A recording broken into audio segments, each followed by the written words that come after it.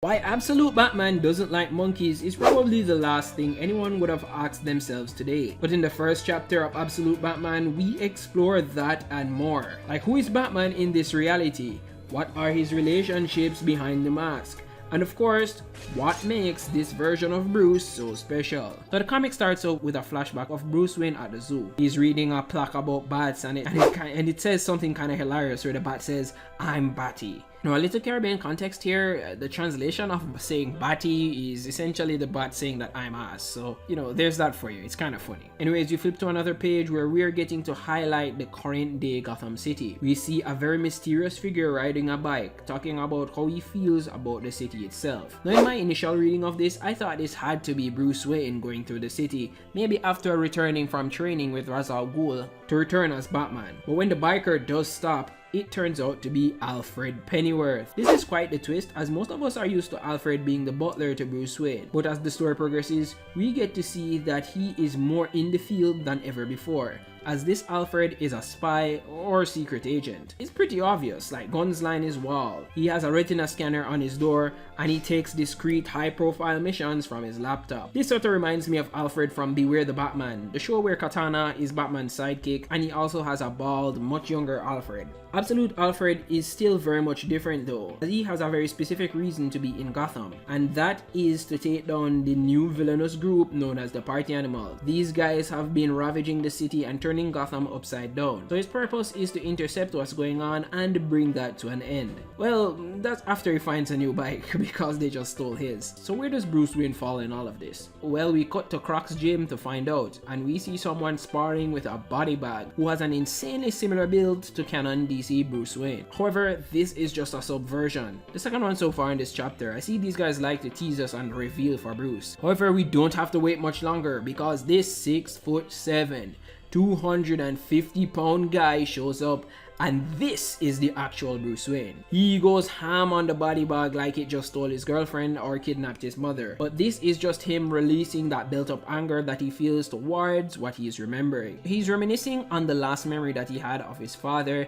before he lost his life. And this flashback comes to an end when the punching bag gets blown to smithereens. This ends up introducing us to one of Bruce's friends, who is Waylon Jones. He holds various reptiles in his hands, and if it wasn't pretty obvious, this guy is supposed to be Absolute Killer Croc, seemingly before he becomes a full-on reptile. For some reason, it makes me think fondly of the 2004 animated Batman cartoon, more specifically Ethan Bennett, who was Bruce's best friend. Both of them start discussing about how Bruce needs to replace the now destroyed sandbag, and even how weird it is for this guy to be walking around with a crocodile and a snake. But the conversation doesn't stay on that point for very long, as it shifts towards Bruce's constant disappearance and lack of availability for his friends. Waylon also highlights the biggest problem in Gotham right now, which are the Party Animals. Like, they are even taking the lives of innocent women and children, which is so freaking disgusting. For some reason, it reminds me of the Joker gang that we see in Batman Beyond.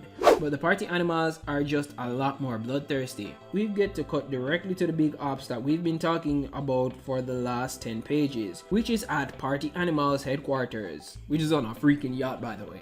We see the head of the gang meeting with two other major crime bosses from Gotham City. They are arguing that the Party Animals are stepping into their turf and they demand respect. But this isn't something that they will just get easily. And as we slowly get introduced to these uniquely attired Party Animal bosses, we also get introduced to their more unique trophy system they show to these Gotham gang leaders. These are the death masks, perfect replicas of the faces of everyone that they have killed. And I think this sends such a clear message to not only the characters but the viewers as well.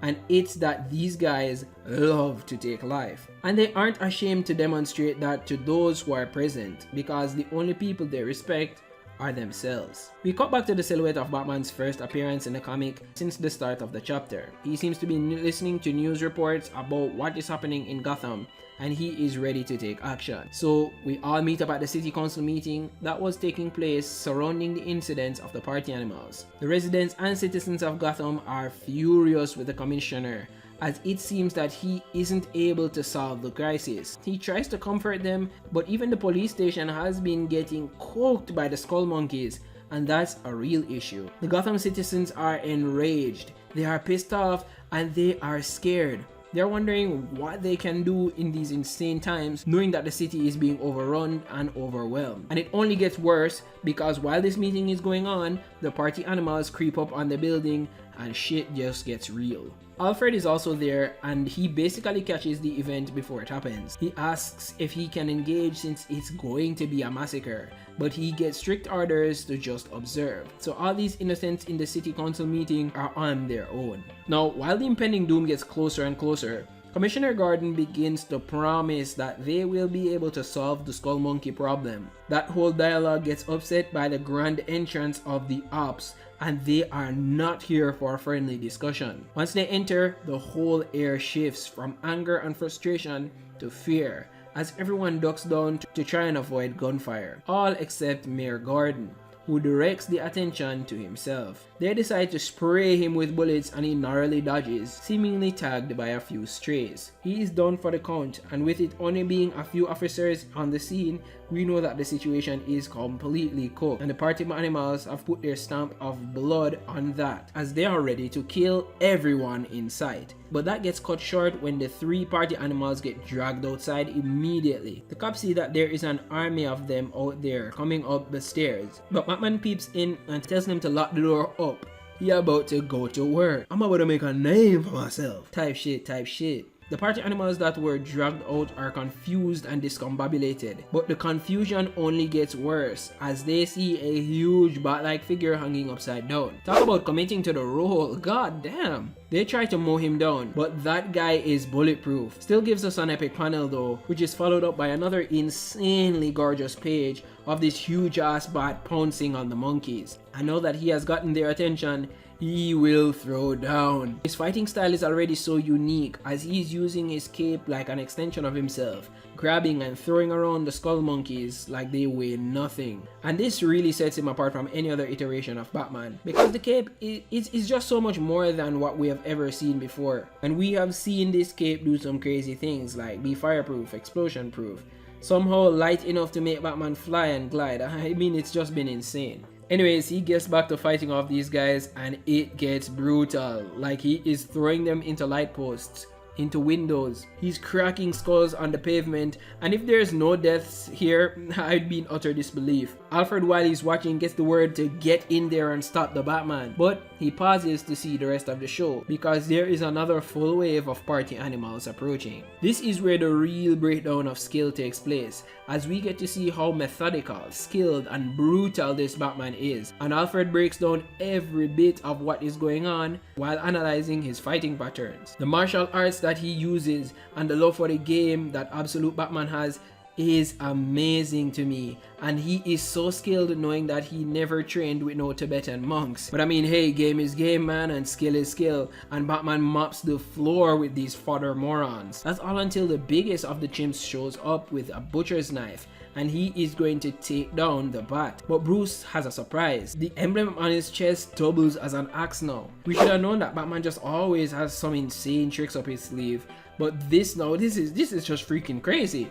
Both of them charge each other, but Batman strikes first, cutting off this guy's arm. I mean, bro, holy crap. Could this guy get any more brutal? He's frightening me, honestly, and it's not just me he's scaring, because he tells the rest of the party animals to get the out of there, and no one is stupid enough to stick around, and they run for the hills. But too bad, Batman's always prepared, and he stops them dead in their tracks. Alfred is pretty impressed, and I would be too, but he is not impressed enough to let Bruce go. So he sneaks up on him with a shotgun. His plan is to catch him like a Pokemon, but that doesn't just happen, and Bruce is able to disarm and incapacitate Pennyworth with absolute ease. This is a shocking skill gap. I thought they would have at least been comparable, but I guess it makes sense. The guy is a literal freaking monster after all. Now, Alfred doesn't take this last laying down. He digs deep with his detective skills, and instead of being completely petty, he starts tracking down the Bat to try and find out who he is. And within no time, he does. He starts breaking down the life of the Absolute Batman and his past, telling us the viewer that in this reality, he isn't rich and he doesn't come from money, but he is still a genius who back then when he was a child won his class a trip to the zoo. This is the biggest inciting incident in his life, by the way, and when you look back at what happened on the day, we see where a wild shooter entered the zoo and is mowing down anything in sight. Bruce's father, the teacher responsible for the class that day, is doing his absolute best to get his students to a place of safety, which he narrowly manages to do. He locks them inside the bat enclosure, and that's when he loses his life. Quite the core memory to have, I know. But this is all that fueled Bruce to study and forge himself into becoming the Bat. And then when he was ready, he returned to Gotham. When he got back, he studied everything that there was to know about the city, the ins and outs of the criminal, political, and legal world. And then he became a civil engineer to now even know the infrastructure of the place. But as impressed as Alfred is, he is still about his own goals. And that is take down the Bat. And in order to do so, he plans to exploit Bruce's #1 weakness, his mother. Alfred contemplates taking Bruce down right now in broad daylight, but his conscience kicks in and he decides to not go through with it. Now this is the first time I have ever seen someone unpack who the Bat is so freaking quickly. Normally Bruce is able to use his damn near infinite resources to hide the fact that he's the Batman from the world. But this Batman's on a budget, so it's a lot harder to pull off. And also the fact that one of his parents is alive makes the story so much more interesting. I have never seen that dynamic before, so let's see where it goes. A lot of time has passed and now it's the dead of night, when Bruce is in his hideout trying to figure out what's going on with these party animals. While in the midst of his breakdown though, he hears someone coming in closer, and it turns out to be Alfred approaching as he plans on shutting the Bat down. Batman goes out to greet Alfred with a freaking gun, buddy, and I mean, hey, never bring no knife to no gunfight, you know? Alfred is saying that Bats is no killer. He should hand over the gun, but he hands something else over, which is a face full of kablow. Alfred is damn near flat on his ass, man. That's like so cooked. The Batman then tosses that shit gun on Alfred, and then he escapes on Pennyworth's bike from about 1,000 feet up in the air, and he just aura farms and glides away. And that is the end of the first reading of Absolute Batman. I've been so in love with this comic for such a while, and I can't wait to read some more. So please give me your comic suggestions in the chat, and until next time.